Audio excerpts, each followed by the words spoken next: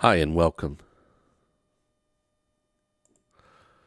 Welcome to the regularly scheduled podcast for Gordon Clark Discussions. This podcast is the official shop talk for the Gordon Clark Discussions Facebook group, focused on news and the latest discussion topics in social media, in addition to theology. I'm your host, the BFG, a.k.a. the big fan of Gordon Clark, a.k.a. Romans 918. Thank you for joining. Don't take what you read on social media too seriously. Okay, let's take a look. In this episode, we're going to have our follow-on from earlier episodes. That is, with the Fundamentalist-Modernist Controversy. Today, the battle gets going. We've seen how the controversy at the end of the 1800s and early 1900s threatened to disrupt the unity of Christian denominations along modernist and liberal lines versus conservative and fundamentalist lines. And so now we have the battle engaged, and the parties are warring with each other. How will it turn out? Well, let's get started. A reading of the Wikipedia article, Fundamentalist-Modernist Controversy. Text is available under the Creative Commons Attribution Share Alike license. Our thanks to the contributors and authors at Wikipedia for the use of this article. Even earlier, Robert Hastings Nichols, a history professor at Auburn Theological Seminary, was circulating a paper in which he argued that the old school-new school reunion and the merger with the Cumberland Presbyterian Church had created a church specifically designed to accommodate doctrinal diversity. 2 weeks after the General Assembly, some clergymen met and, using Nichols' paper as a base, issued a declaration ultimately known to history as the Auburn Affirmation. The Auburn Affirmation opened by affirming the Westminster Confession of Faith, but argued that within American Presbyterianism, there had been a long tradition of freedom of interpretation of the Scriptures, and the Confession. The General Assembly's issuance of the Five Fundamentals not only eroded this tradition, but it flew in the face of the Presbyterian Church's constitution, which required all doctrinal changes to be approved by the presbyteries. While some members of the Church could regard the Five Fundamentals as a satisfactory explanation of Scriptures and the Confession, there were others who could not, and therefore, the presbyteries should be free to hold to whatever theories they saw fit in interpreting Scripture and the Confession. The Auburn Affirmation was circulated, and in January 1924, it was released to the public.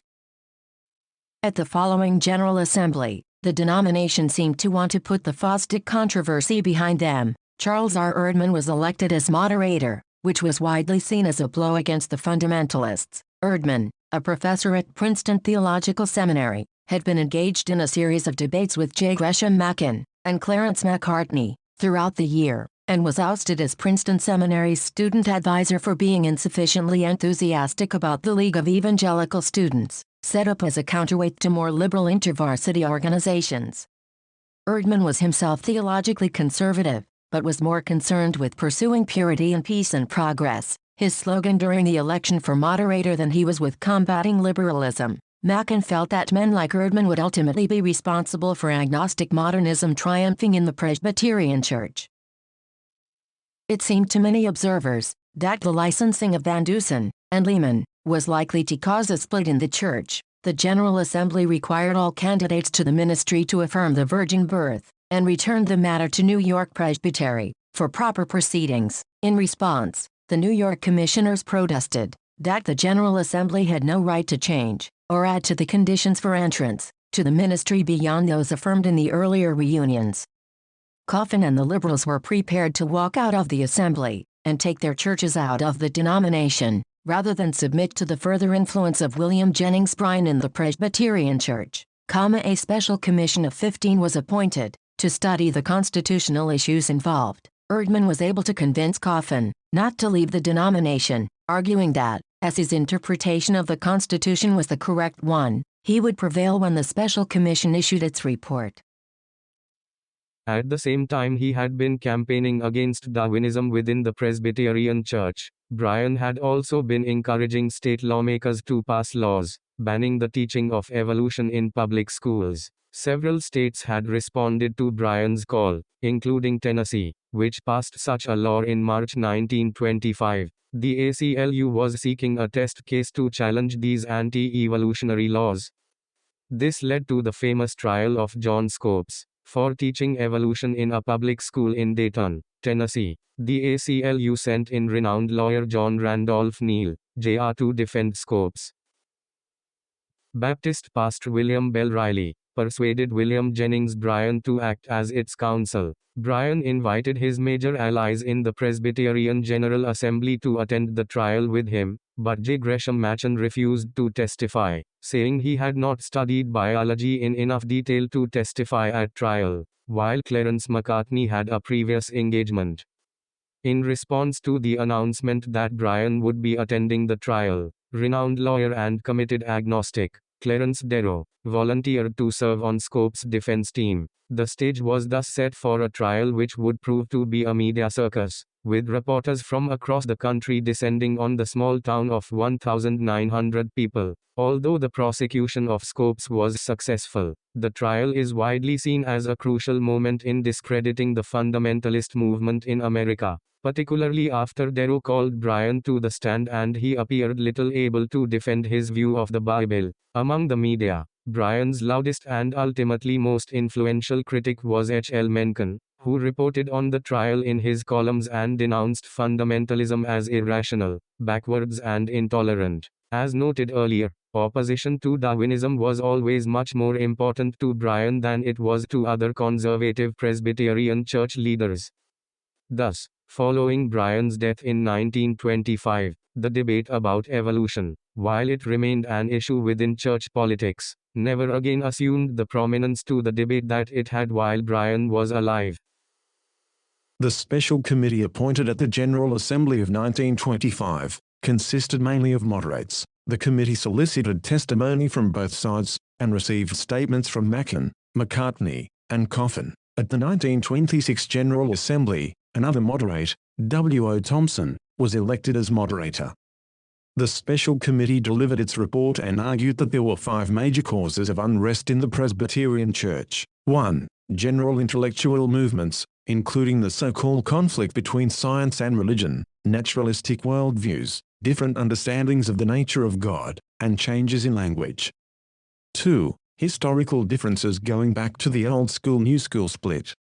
3. Disagreements about church polity, particularly the role of General Assembly, and lack of representation of women in the church.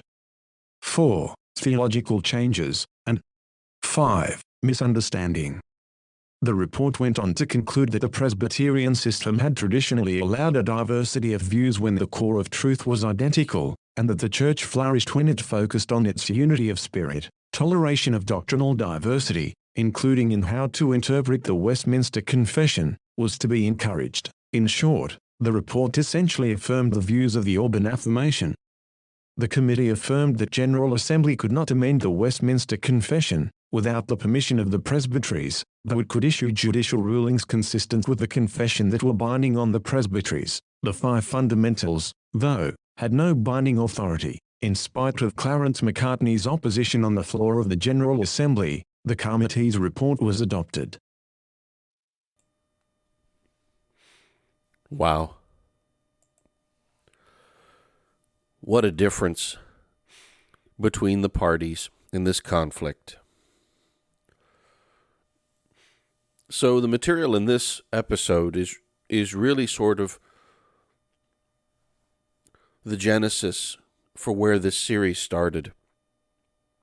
I found a response from Dr. Gordon H. Clark about regarding the Auburn Affirmation, and it interested me enough that it led to this series being produced, because I really wanted to show and highlight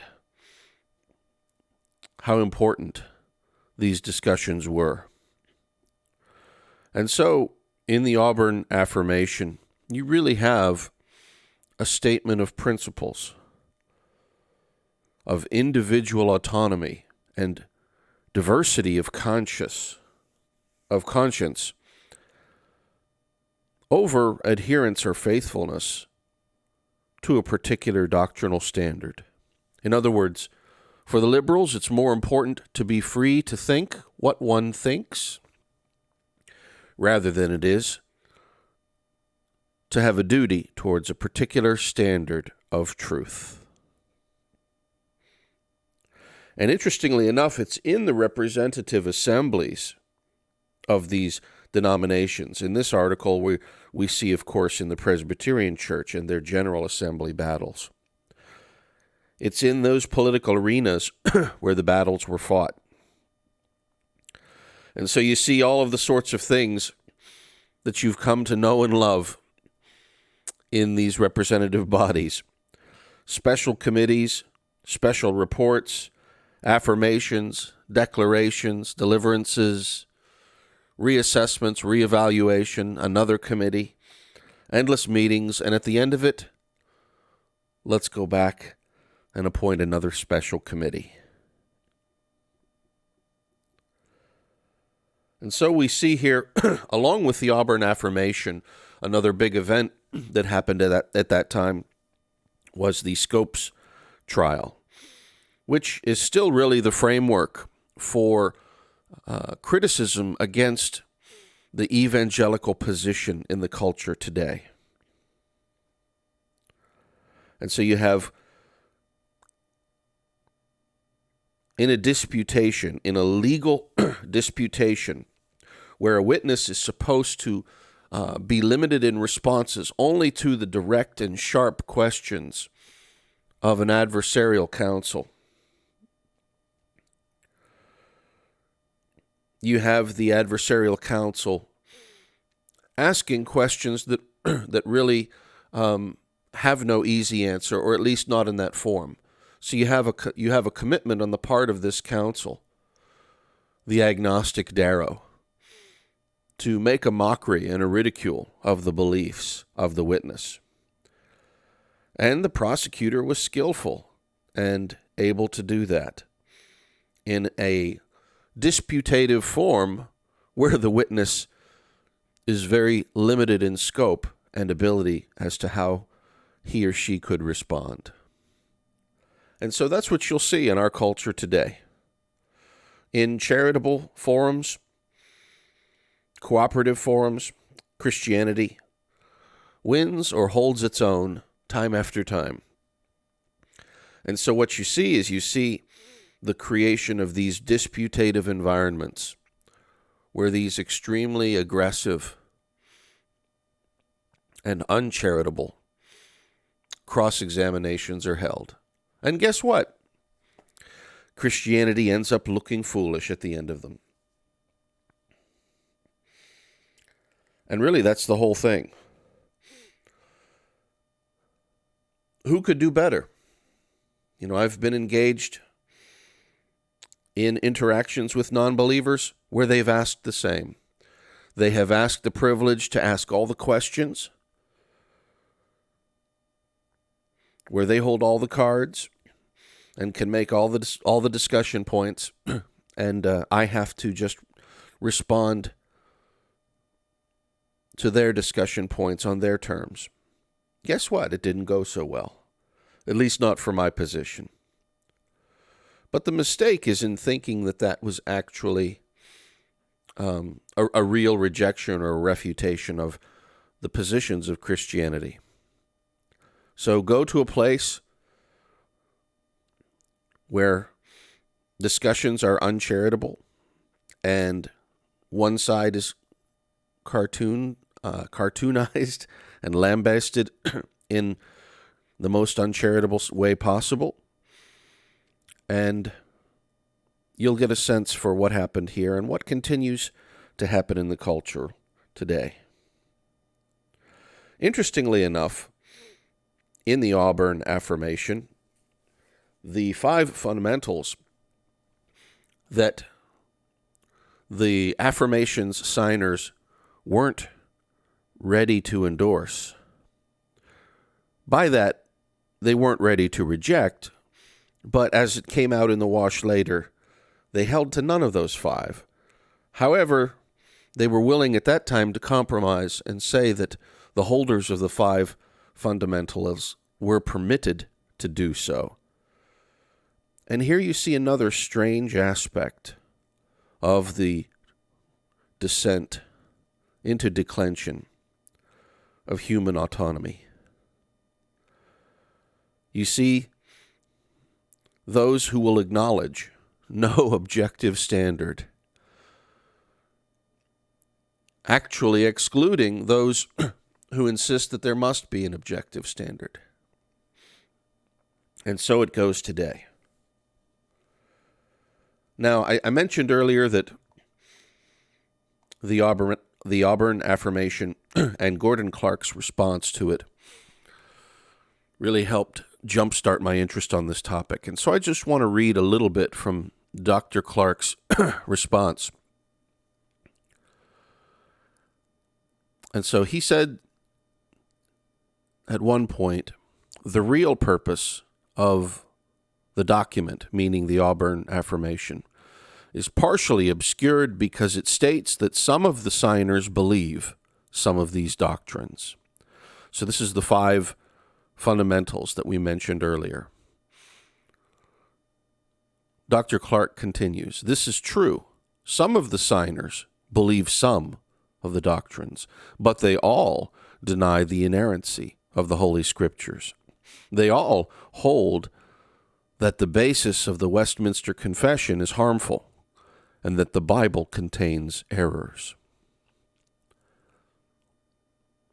Now, Clark makes the insightful observation here and says, this attack on the Bible is of fundamental importance because obviously if the Bible is rejected, why should the religion of the Bible be retained? You cannot very well impugn the veracity of the Scriptures and then accept the content of the Scriptures. And this was the point that we made earlier when we cited the satire piece about the atheist and the liberal coming together to debate the existence of God, but having no arguments to make with each other because they find they agree on all the points of fact. One has to wonder, is this form of Christianity, this personal freedom, this diversity over doctrine, this freedom over controversy, or freedom of conscience over adherence to a standard, this idea of a media circus to present the other side in the most uncharitable light. Is this really part of Christianity? Now, I have some skin in this game. When I was a boy growing up, I went to one of these churches, went to a PCUSA church, and not knowing any of this controversy at that time, I was just a teenager, I one day found a copy of the Westminster Confession of Faith. It was in the back bowels of the church. Not easy to find, but I found it. And I brought it out and showed it. And several people there smiled and looked down upon me as a young teenage boy. Smiled and looked down on me condescendingly. Oh, that's what we used to believe. Let's continue with Dr. Clark. On page 5 of the Auburn affirmation, you may read these words. There is no assertion in the Scriptures that their writers were kept from error. The doctrine of inerrancy intended to enhance the authority of the Scriptures, in fact, impairs their supreme authority for faith and life, and weakens the testimony of the Church to the power of God unto salvation through Jesus Christ. Did you hear that? The Auburn Affirmation states that to believe the Bible is inerrant impairs its authority and weakens the testimony of the Church.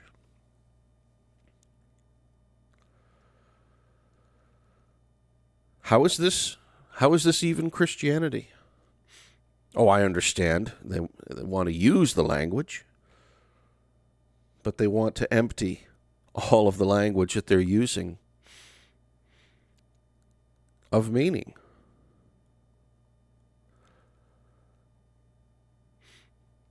And so now let's take one particular point here. The virgin birth is contested. The signers of the Auburn Affirmation are not prepared to affirm it. Let's go to Dr. Clark. Now, to be concrete, what theory other than the historical fact of the virgin birth can you think of to explain the incarnation? There is one that the anti-Christian Celsus used in his effort to defame Christ. If Christ is not virgin born, and if, as both Joseph and Mary claim, Joseph was not Jesus' father, whose son is he? Does the Auburn Affirmation really mean that one who accepts this view of the Lord's birth is worthy of all confidence and fellowship? This is exactly what the Auburn Affirmation means. It says definitely that ministers are worthy of confidence, whatever theories they may employ to explain the incarnation. Did you get that? We can't believe, the Auburn Affirmation signers insist.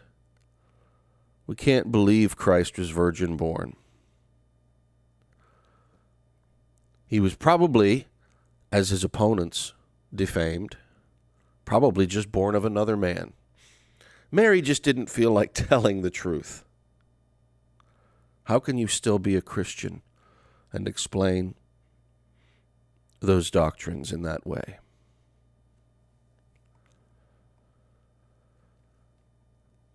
Another point Dr. Clark makes in his article here is that while going through the representative assembly process, it's chilling how when it came time to defend the truth, all of the secretaries and board members and members of this committee and officials of that body and officials of the other body, how all of this process was too much, and they couldn't take a stand for the simple truth, and they couldn't take a stand against those who were rejecting the confession that they themselves once took a vow to defend. Doesn't this look like faithlessness?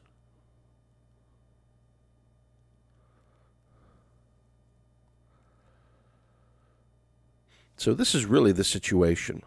Shall the truth of the Bible be upheld? Or is modernism the supreme authority over people's conscience? This is no trivial matter. It is a life or death struggle between two mutually exclusive religions. One can mention without harm to its integrity that it rejects the infallible Word of God and denies the virgin birth, repudiates Christ's propitiatory sacrifice, and denies the resurrection.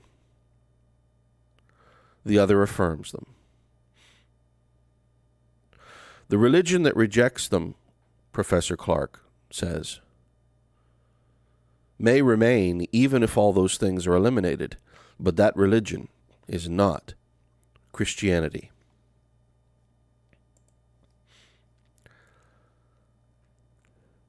I think that's a pretty well considered point, Dr. Clark.